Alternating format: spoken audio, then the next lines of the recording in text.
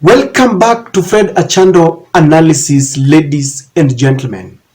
I want to say thank you to those who take their time to support this channel in one way or the other. If you are watching for the first time, kindly subscribe, click the notification bell, and like our videos. We still continue with the request to help us purchase a new camera. You can send us anything that you have. It will go a long way in helping us. Now, trouble is brewing between the Azimio leader, Raila Amolo Odinga, and the Interior Cabinet Secretary, Honorable Kithure Kindiki. I have said here before that Kithure Kindiki is a very bright fella and sometimes one of the few sober minds within the Kenya Kwanza team. And if you ask me, the docket that he was given is one that I don't think befits his brains. I don't think Kithure Kindiki should be given a docket where the only thing that he can do is to make noise and issue threats here and there. He should be in an office where he gives legal advice. In fact, I thought that he was the one who should have been given the office of the Attorney General. Now, this trouble is brewing because a few days ago, when the DCI ordered Fred Matiang'i to report to their offices to record a statement in light of the allegations that sometimes back police had invaded his home, they detained Matiang'i against a court order because Matiang'i already had an anticipatory order from a court of justice that is barring anybody to either arrest or detain him. So this forced Raila Amolo Odinga to go and rescue him.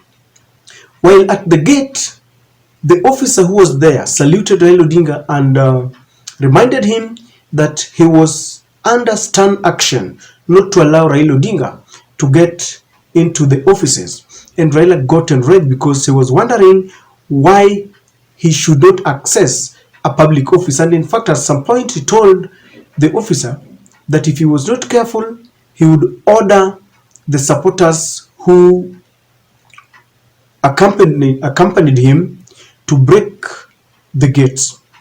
Of course, this prompted the officer for some consultation, and you also what happened. So the Kenya Kwanza team sat down and they thought if they let this matter just rest, then it is going to give maybe Raila Amolo Odinga some political mileage. So today, Mr. Kithure Kindiki decided to issue a statement in light of what happened. And this is what Kithure said. Kithure said, any person, regardless of their rank in the society, who threatens to forcibly access security facilities or intimidate officers on duty will be dealt with firmly, ruthlessly, and decisively in accordance with the law. Take note of the statement, regardless of their rank in the society. He's actually referring to Raila Amolo Odinga. Now, these statements are coming at a time when Raila Odinga has issued threats to mass action that started today. And so you would ask why Kithure Kindiki is giving such statements. Now, if you ask me, he was doing this because if he did not, issue these statements, I had some fellas from the Kenya Kwanza team saying that Raila Amolo Odinga was acting as if he is above the law. And there's been a lot of debate around what happened on that day because Fred was being detained against the law and Raila went there. And some people are saying that, the lawyers have always said that the law is very clear. To the Kenya Kwanza team, they feel that the officers hold the right to admit or deny you access into the DCI offices. While those on the Azimio side are saying that the DCI offices are public offices that no one should be denied entry. I don't know. But one thing that I can confirm, if you ask me, is that that place should be protected. That is one thing that I agree with, because it is a very sensitive place. It must be protected. But I must also add that you can only protect a place legally.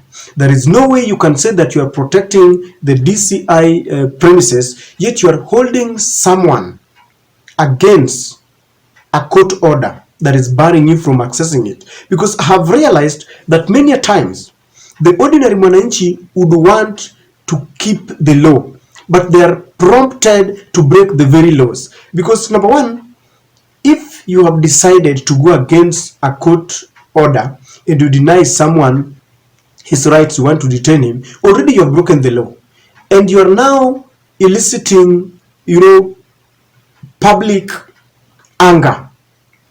And you know very well that when they are angered, they will react. And when they react, they also break the law in the process. And so I have a feeling that the police or the government must keep the law themselves if they want others to keep that very law. These people understand very well that moving forward, several wananchi will be going on mass action and they will be arresting them anyhowly. So they are issuing these statements in advance so that if they arrest, for example, Nuru Okanga, and they take him for interrogation and they keep him for long, then they don't want any politician to go and question, because now it is out of bounds according to what it is out of bounds according to what they are saying. Or they will decide to go for Matiang'i in the middle of the night, and they would not want anybody to go there in solidarity. Because when Matiang'i went to the DCI headquarters, there were followers who were praising him, and there were very many politicians who also accompanied him. So this is something that they don't want. They are giving this bylaw so that they will be arresting the Azimio supporters, and they don't want anybody to go there. It will not work, if you ask me. I have been reminded that whatever Kenyans are going through cannot match what they used to go through during the Nyayo era. I think I was young and I didn't see much of these things, but I've been told that Moi was fierce. They detained people without trial. People could not gather, maybe more than 3 or 5 of you. And I understand that wherever you are gathering, you'd find out if there is a stranger among you, because I understand that there were men of intelligence everywhere. They could pose as someone who as a shoe shiner somewhere, just collecting intelligence. They could pose as someone who is roasting maize, and you'll be gathering there, buying maize, but at the same time, they will be trying to making stories here and there, and they understand what is happening. People cannot go back to those eras, because people fought for the first and second liberation, and they even shed blood for it. And this will not work. It is also a manifestation of authority. At the center of Ruto's mind, Ruto always wants to show, in fact, not only Ruto, but even his deputy president, his second in command, Mr. Rigathi Gachagua, has always reminded people that he is the deputy president. They've always said that they went through a lot before they were elected. And they keep on telling people that they are in power. This is coming because Raila has cast aspersions in the manner in which they were pronounced president and deputy. Because Raila believes that they are in office illegally, that they robbed their way and corrupted their way to the State House. They brought their way to State House. And so Raila has said that he does not recognize their legitimacy. Now this has prompted William Ruto to act in a manner to show Raila and his supporters, to show the whole world that he is the man in charge. It is believed that this is the reason why they even denied Raila access to the DCI headquarters, just to show them that we've got the power, you can only come in when we authorize you. So the statements from Kithure Kindiki is coming at a time when Raila has already declared mass action and demonstrations, and they want to show him that we are in power. It is also a warning that should you be thinking of doing anything queer, something that will be a breach of security, then the law will catch up with you. And I really pity our Interior Cabinet Secretary. For some reasons, this is a man I just like his style of politics. And I know he's being compelled to dance to the Kenya Kwanza music, something that he's not used to. You've studied his manner of politics, and the brain, if you ask me, his brain is being wasted. Now, if you look at Kithure Kindiki, at first he warned the Azimio against donning the military fatigue, the Jeshi la Baba, the Jeshi la Baba attire.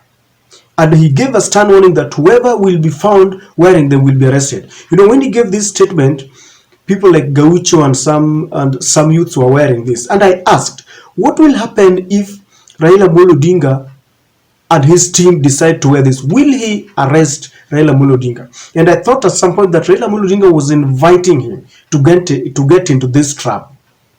And it's like he kind of got into it, but he realized that this was a trap and he stopped. But right now, he's getting into it. Nguni Mutahi told William Ruto that we need leadership, not politics. Because this administration is full of politics of theatrics, politics of justification, and politics of blame game. It will not work. If they want to show Kenyans that they are in place of authority, I feel that the best thing that they must do is just to lower down the cost of living, is to give services to the people, make sure that there are facilities in our hospitals, lower the cost of our school fees from the CB, from our baby class to the university. If you want to show that you are in a position of power, go and deal with the bandit menace that is now rocking Pokot and all those places. But you cannot intimidate fellow citizens and ordinary mwananchi just to show that you are in power. I will not complete without mentioning this. What is so difficult in opening the server?